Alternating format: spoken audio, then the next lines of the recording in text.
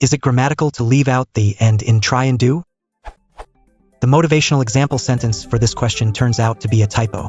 Nonetheless, I think it triggered valuable discussions. I came across this sentence from NYT Today. Mr. Xi met with President Biden for nearly 3 hours to try keep relations from deteriorating further between China and the United States. I'm inclined to doubt myself if my feeling goes against NYT writings. So I did a search in Coca, which yielded such results. I can draw attention to these folks and to try keep people aware of what's going on. You try keep your feelings inside the ropes, but then you weigh me down. I try keep focus more on the issues. This usage of try do without to or and seems existent, though not widely used. Is it particularly colloquial? If it is, why does NYT use it?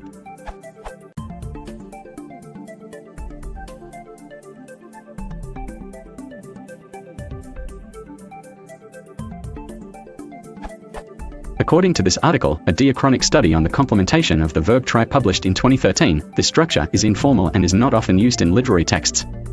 These instances are so few that it is safe to say that they are not used in literary texts, at least not in the period between the 1960s and the 1990s, but in speech this pattern is acceptable to a greater degree. Perhaps the unstressed and or to between the two verbs is easy to leave out altogether. Your examples are clearly formal, so either the article is not accurate or the language is speedily changing. But when I look at this NRAM, I tend to believe that this form is indeed rare compared to its alternatives try to keep or try and keep.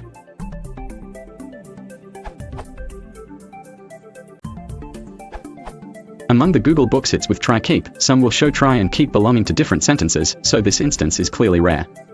The article I quoted in the beginning had a very interesting statement which might explain the present tendency to use try plus bare infinitive. The bare infinitive pattern, normally found after auxiliary verbs, sounds more than intriguing since it is claimed that try is becoming more auxiliary-like. Will this tendency be established as the norm? The article says, these types of changes tend to emerge first in spoken language, and only when or if they become acceptable more generally do they make their way into the written media. Time will tell whether or not this development is here to stay. The individual ngram for try keep clearly shows that it is currently skyrocketing both in A and B.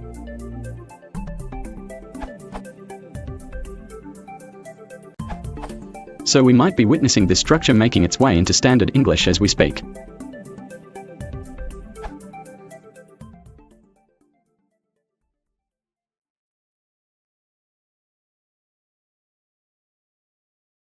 If you want to support the channel, please consider liking and subscribing.